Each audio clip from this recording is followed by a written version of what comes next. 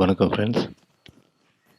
உங்களுக்கு இப்போது FCP final cut bro இந்த எடிட்டிங் சாஃப்ட்வேரில் இந்த ட்ரான்ஸ்ஃபார்ம் அப்படின்ற கஸ்டமைஸ் எஃபெக்டை பண்ணும்போது இந்த கஸ்டமைஸ் எஃபெக்டை எப்படி நம்ம ப்ரீசெட்டாக சேவ் பண்ணி வைக்கலாம் அப்படின்றத உங்களுக்கு சொல்லித்தர போகிறேன்.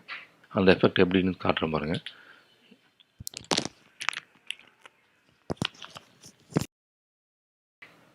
இது ரொம்ப சிம்பிளாகவும் அதே சமயத்தில் நல்லா எஃபெக்ட்ஃபுல்லாகவும் இருக்கும். இதை நீங்கள் அப்படியே உங்களுடைய எஃப்சிபி சாஃப்ட்வேரில் நீங்கள் இதை ட்ரை பண்ணி பாருங்கள். இப்போ நம்ம எஃப்சிபியை ஓப்பன் பண்ணிக்கிறோம். இந்த மாதிரி ஒரு 4 லேயர் மேலே வச்சுக்கிறோம். 1 2 3 4. ஸோ இந்த முதல் லேயரில் ஃபஸ்ட்டு ஃப்ரேம் ஒரு ஸ்டெப் தள்ளிக்குங்க. கீபோர்டில் ரைட் சைடு ஏரோவை ப்ரெஸ் பண்ணிங்கன்னா ஒரு ஃப்ரேம் மூவ் ஆகிடும். ஸோ இந்த இடத்துல பிளேடை வச்சுக்கிட்டு இந்த ட்ரான்ஸ்ஃபார்ம் செலக்ட் பண்ணிக்கோங்க. செலக்ட் பண்ணிவிட்டு இந்த வீவர்ஸ் விண்டோவை கூடுமான வரையும் 25% வச்சுங்க.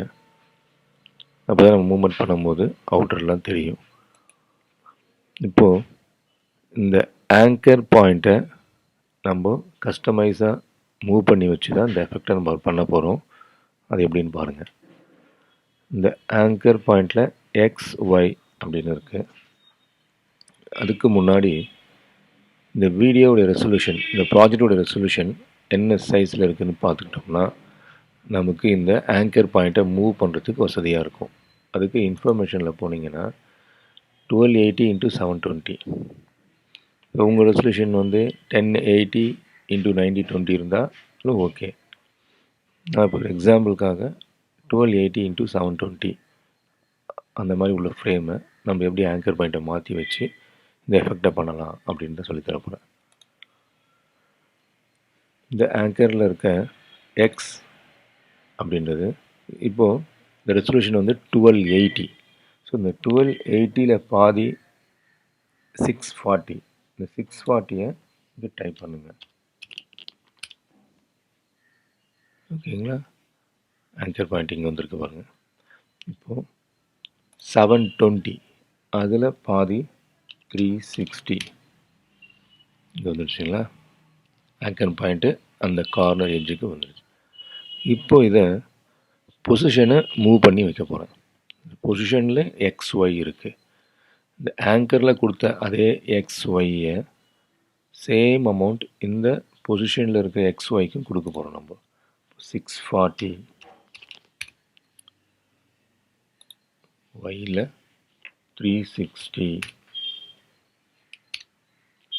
இப்போ பாருங்கள், ஸ்கேல் பண்ணுறேன் பாருங்கள்.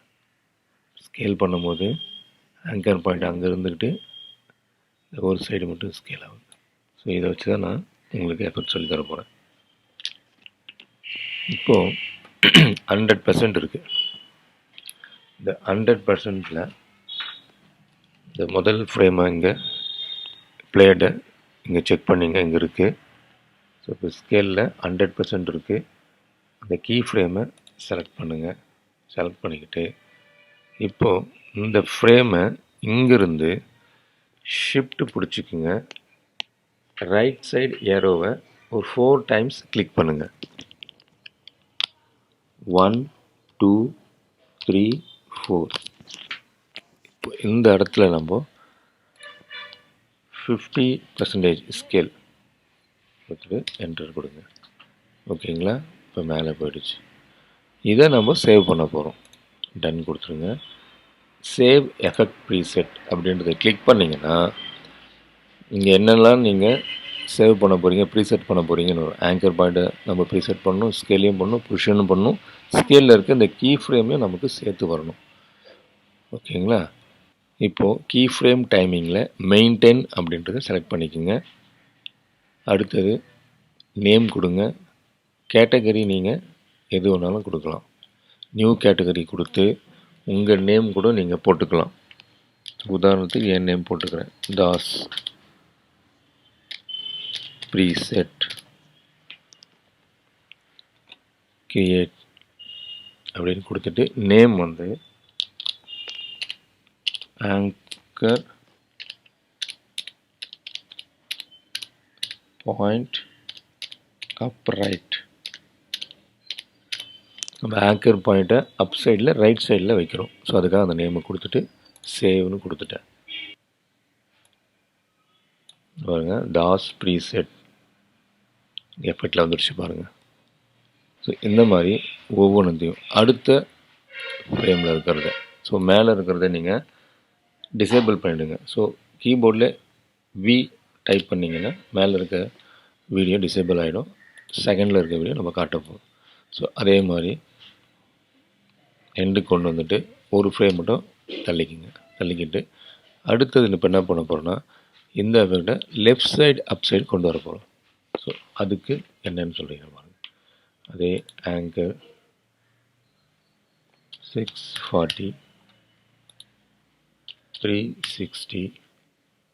ஸோ இங்கேயும் 640 பொசிஷனில் ஒயில் 360.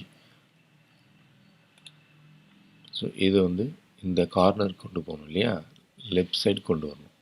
ஸோ அதுக்கு என்ன பண்ணணும்னா மைனஸ் என்டர் கொடுங்க. இங்கேயும் மைனஸ் என்டர் கொடுங்க. இப்போ ஸ்கேல் பண்ணி பாருங்கள், லெஃப்ட் சைடு அப் படித்து பாருங்கள். ஓகேங்களா? இப்போ இதையும் நம்ம கீ ஃப்ரேம் பண்ண போகிறோம். இப்போது கீ ஃப்ரேமுக்கு ஸ்கேல் 100% கிளிக் பண்ணிக்கிங்க. அதுக்கப்புறம் ஷிஃப்ட் பிடிச்சிக்கிட்டு ரைட் சைடு இருக்க ஏரோவை 4 டைம் ப்ரெஸ் பண்ணுங்கள்.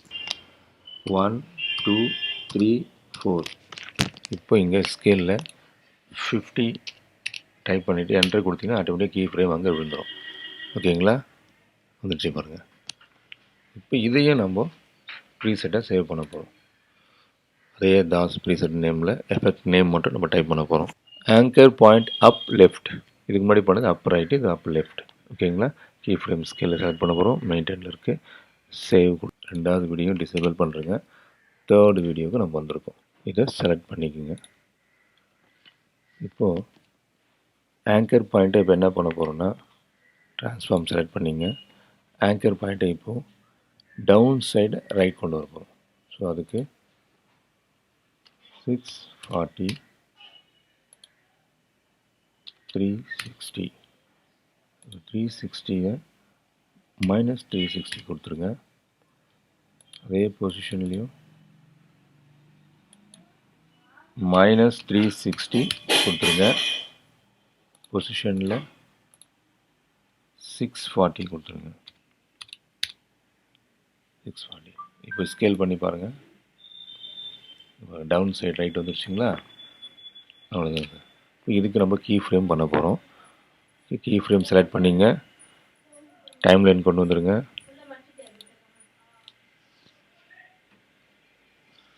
அதே மாதிரி ஷிஃப்ட் பிடிச்சிட்டு ரைட் சைடில் இருக்க ஏரோவை 4 டைம் கிளிக் பண்ணுங்கள்.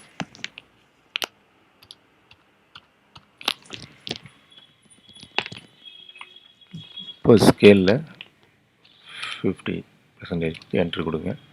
இப்போ சேவ் ஆகிடுச்சு. டன் கொடுத்துருங்க. இந்த ப்ரீசெட்டையும் சேவ் பண்ணுங்கள் ரைட் சைட். ஓகேங்களா? இப்போ position, scaler, key frame, anchor, maintain. Okay, save.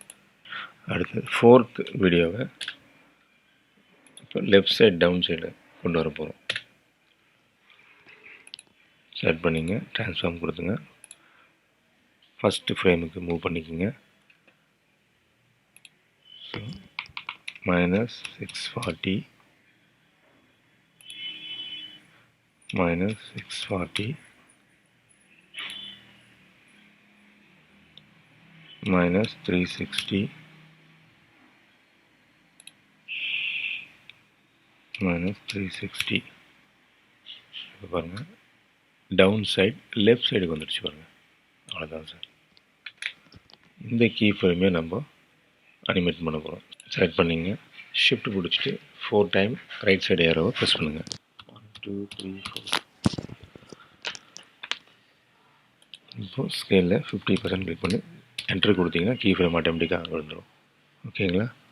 இதையும் சேவ் பண்ணிவிடுங்க.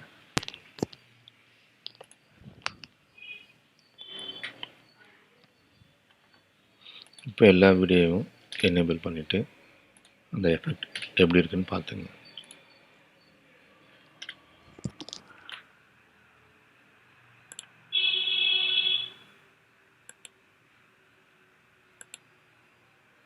இதுதான் சார், ரொம்ப சிம்பிளாக இருக்கும். இதை சேவ் பண்ணி வச்சுட்டிங்க இல்லையா? இந்த மாதிரி நீங்கள் எந்த வீடியோ கிளிப் வேணால் வச்சுட்டு இந்த ப்ரீசெட்டை ஏற்கனவே சேவ் பண்ணி வச்சதை டபுள் கிளிக் பண்ணிங்க அப்படின்னா இந்த எஃபெக்ட் அப்படியே அதுக்கு சேவ் ஆகிடும். எந்த வீடியோ கொண்டாலும் நீங்கள் இந்த மாதிரி எஃபெக்ட் பண்ணலாம், நல்லாயிருக்கும். சாங் எஃபெக்ட்டுக்கு பண்ணலாம், இந்த மாதிரி டூயல் கேமரா போட்டிருந்தீங்கன்னா அந்த மாதிரி பண்ணலாம், யூஸ்ஃபுல்லாக இருக்கும்.